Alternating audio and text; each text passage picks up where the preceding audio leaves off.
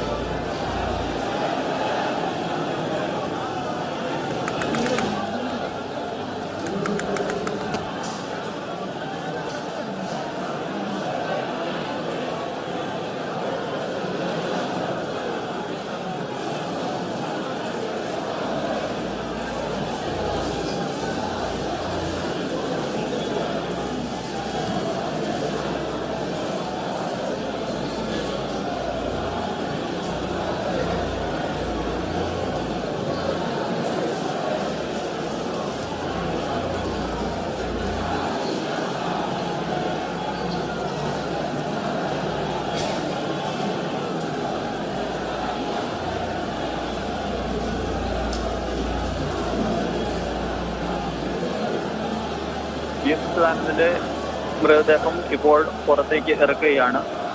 പുറത്ത് ദർബാർ ഹാളിന് പുറത്ത് സെക്രട്ടേറിയറ്റ് പരിസരത്ത് നൂറുകണക്കിന് പ്രവർത്തകരാണ് ഉള്ളത്. മുതിർന്ന നേതാക്കൾ അന്തിമോപചാരത്തിന് ശേഷം ഇവിടെ ഉണ്ടായിരുന്ന മുതിർന്ന നേതാക്കൾ എല്ലാവരും ഇപ്പോൾ പുറത്തേക്ക് പോവുകയാണ്. മുഖ്യമന്ത്രി പിണറായി വിജയൻ, അതോടൊപ്പം തന്നെ മറ്റ് വകുപ്പ് മന്ത്രിമാർ, CPM-ന്റെ മുതിർന്ന നേതാക്കൾ എല്ലാവരും തന്നെ ഇപ്പോൾ പുറത്തേക്ക് പോവുകയാണ്. നേതാക്കളെല്ലാം പുറത്തേക്ക് ഇറങ്ങി അവർ വാഹനത്തിലേക്ക് കയറിയാൽ ഉടനെ തന്നെ വി.എസിന്റെ മൃതദേഹം പുറത്തേക്ക് എടുക്കും, ആംബുലൻസിലേക്ക് കയറ്റും. അതിനുശേഷം ആംബുലൻസ് ആദ്യമേ പോകും, അതിന് പിന്നാലെയാകും ഈ പറയുന്ന മറ്റ് ആളുകൾ പോവുക. CPM സംസ്ഥാന സെക്രട്ടറിയുടെ വാഹനമായിരിക്കും തൊട്ട് പിന്നാലെ പോകേണ്ടതെന്നാണ് അറിയിച്ചിരിക്കുന്നത്. അതിന് പിന്നാലെ മറ്റ് ആളുകൾ പോകേണ്ട കാര്യം ഒരു കൃത്യമായ ഒരു ക്രമീകരണത്തോടു കൂടി തന്നെയാണ് ഇവിടെ നിന്ന് യാത്ര പുറപ്പെടുകയും ചെയ്യുന്നത്. ഇനി ഇവിടെ നിന്ന് പോയാൽ ഏകദേശം ഒരു 10-20ഓളം പോയിന്റുകളിലാണ് ആലപ്പുഴയിൽ എത്തുന്നതിന് മുമ്പ് തന്നെ വി.എസിന് അന്തിമോപചാരം അർപ്പിക്കുന്നതിനുള്ള ക്രമീകരണങ്ങൾ ഏർപ്പെടുത്തിയിരിക്കുന്നത്. കൃത്യമായ ഷെഡ്യൂൾ പ്രകാരം ആ സമയങ്ങൾ പൂർത്തിയാക്കുന്നതിന്റെ ഭാഗമായി കൂടിയാണ് ഇപ്പോൾ ഈ സമയത്ത് കൃത്യം 2 മണിക്ക് തന്നെ വി.എസിന്റെ മൃതദേഹം പുറത്തേക്ക് ഇറക്കുന്നത്. കണ്ണേ കരളെ വി.എസ് എന്ന മുദ്രാവാക്യം ഇപ്പോഴും പുറത്ത് ഊങ്ങിക്കേൾക്കുന്ന കാഴ്ചയാണുള്ളത്. കഴിഞ്ഞ മണിക്കൂറുകളിൽ ആയിരക്കണക്കിന് ആളുകളാണ് വി.എസിനെ കാണാൻ അന്തിമോപചാരം അർപ്പിക്കാൻ എത്തിയിരുന്നത്.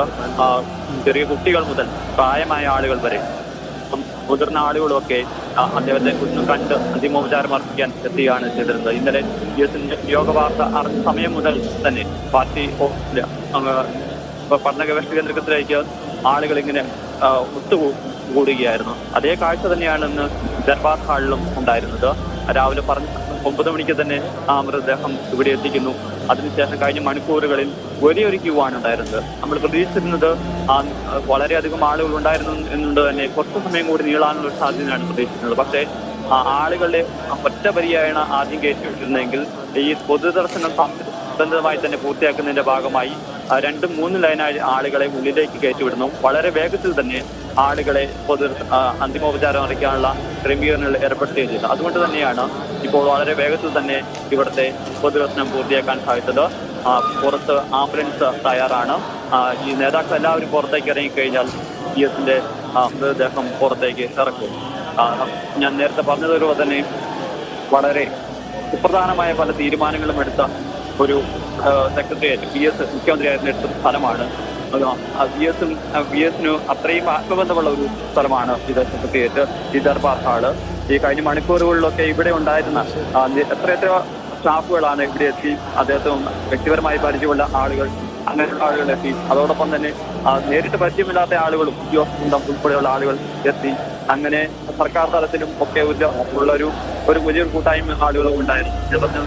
വന്നത് വൈകാരികമായ ഒരു അടുപ്പം വി.എസിന് ഇപ്പോഴുള്ള ഈ സെക്രട്ടേറിയറ്റ് ദർബാർ ഹാൾ ഒക്കെ ആയിട്ടും ഉണ്ടായിരുന്നു എന്നുള്ളത് തന്നെയാണ്.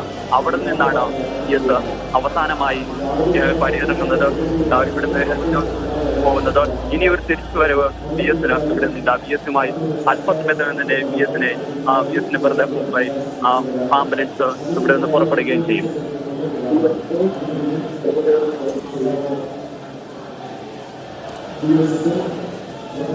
തലസ്ഥാനത്തോട് വിട പറയുകയാണ് VS അച്യുതാനന്ദൻ. ദർബാർ ഹാളിലെ പൊതുദർശനം അവസാനിക്കുകയാണ്. ഇനി ജന്മനാട്ടിലേക്കുള്ള വീട്ടിലേക്കുള്ള യാത്രയാണ്.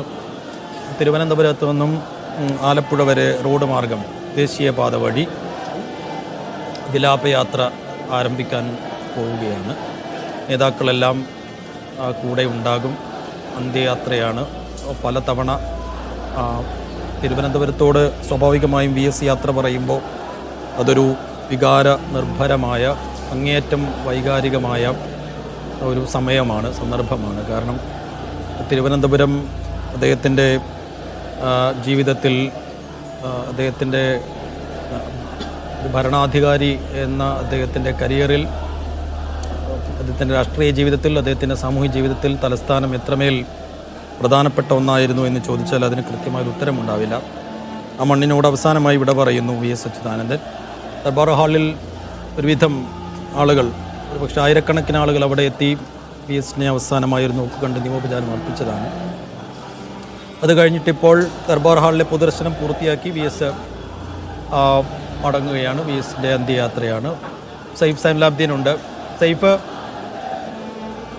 വിലാപയാത്ര എപ്പോഴത്തേക്ക് ആരംഭിക്കാൻ കഴിയും എന്ന കാര്യത്തിൽ ഒരു കൃത്യമായ സമയം പറയുന്നുണ്ടോ? ഇപ്പോഴും മൃതദേഹം ആ വാഹനത്തിലേക്ക് കയറ്റിയിട്ടില്ല എന്ന് മനസ്സിലാക്കുന്നു. ഉടനെ തന്നെ ആരംഭിക്കും. മറ്റു തടസ്സങ്ങളൊന്നും തന്നെയില്ല. വാഹനം ആദ്യം കൊണ്ടുവന്നപ്പോൾ അവിടെ സാങ്കേതികമായിട്ടുള്ള തടസ്സങ്ങളുണ്ടായിരുന്നു. കാരണം അതിനകത്ത് ഗ്ലാസിനകത്ത് സ്റ്റിക്കർ പുറത്തു നിന്ന് ആരെങ്കിലും നോക്കിയാൽ VS അകത്തിരിക്കുന്ന VS-നെ കാണാൻ കഴിയാത്ത തരത്തിലായിരുന്നു. അത് മാറ്റാൻ വേണ്ടിയാണ് പിന്നീട് പോയത്. എന്നാൽ 2 മണിക്ക് ആരംഭിക്കാൻ വേണ്ടി തീരുമാനം നേരത്തെ എടുത്തതാണ്. അതനുസരിച്ച് തന്നെയാണ് ഇപ്പോൾ പുരോഗമിക്കുന്നത്. അതനുസരിച്ച് തന്നെ കാര്യങ്ങൾ പുരോഗമിക്കുക. അല്പസമയത്തിനകം തന്നെ അത് മൃതദേഹം വഹിച്ചുകൊണ്ടുള്ള വിലാപയാത്ര അല്പസമയത്തിനകം തന്നെ പുറത്തേക്ക് ഇറങ്ങുകയും ചെയ്യും. ഇവിടെ നിന്ന് രാത്രി 9 മണിയോടുകൂടി അവിടെ എത്തിക്കാം, മൃതദേഹം അവിടെ എത്തിക്കാം എന്നുള്ളതാണ് നിലവിൽ തീരുമാനിച്ചിരിക്കുന്ന കാര്യം. അത് എത്രത്തോളം പ്രാവർത്തികമാകും എന്നുള്ളത് നോക്കി കാണേണ്ടതാണ്. കാരണം VS-നെ കാണാൻ വേണ്ടി ഇന്നലെ മുതൽ വലിയ ജനത്തിരക്ക് തലസ്ഥാന നഗരിയിൽ കാണുന്നുണ്ടായിരുന്നു. ആ ജനത്തിരക്ക് വലിയ ജനത്തിരക്കാണ് കാണാൻ കഴിഞ്ഞത്. അത് ഇന്ന് രാവിലെ മുതൽ കാണുന്നുണ്ട്. അതിന്റെ 8:30 കൂടി VS-ന്റെ മൃതദേഹം ദർബാർ ഹാളിൽ കൊണ്ടുവന്ന സമയം മുതൽ വലിയ തിരക്ക് അനുഭവപ്പെടുന്നുണ്ട്. ആ തിരക്കിനകത്ത് ഏതെങ്കിലും തരത്തിലുള്ള കുറവ് ഉണ്ടാകുന്നില്ല. അതാണ് നമുക്ക് ഇവിടെ നിന്ന് കാണാൻ കഴിയുന്നത്. അല്പ സമയത്ത് തുടങ്ങാൻ കഴിയും എന്നാണ് നമുക്ക് ലഭിക്കുന്ന വിവരം. മൈക്കവിടെ ശരി. VS-ന്റെ ഭൗതികദേഹവും വഹിച്ചുകൊണ്ടുള്ള വിലാപയാത്ര അല്പസമയത്തിനകം തന്നെ തിരുവനന്തപുരത്ത് നിന്ന് പുറപ്പെടുമെന്ന് മനസ്സിലാക്കുകയാണ്. വാഹനം പുറത്ത് റെഡിയാണ്. മൃതദേഹം ഇനി വാഹനത്തിലേക്ക് കയറ്റണം. അതിനുശേഷമാണ് ആലപ്പുഴയിലേക്കുള്ള, ജന്മനാട്ടിലേക്കുള്ള, സ്വന്തം വീട്ടിലേക്കുള്ള വിലാപയാത്ര ആരംഭിക്കുക.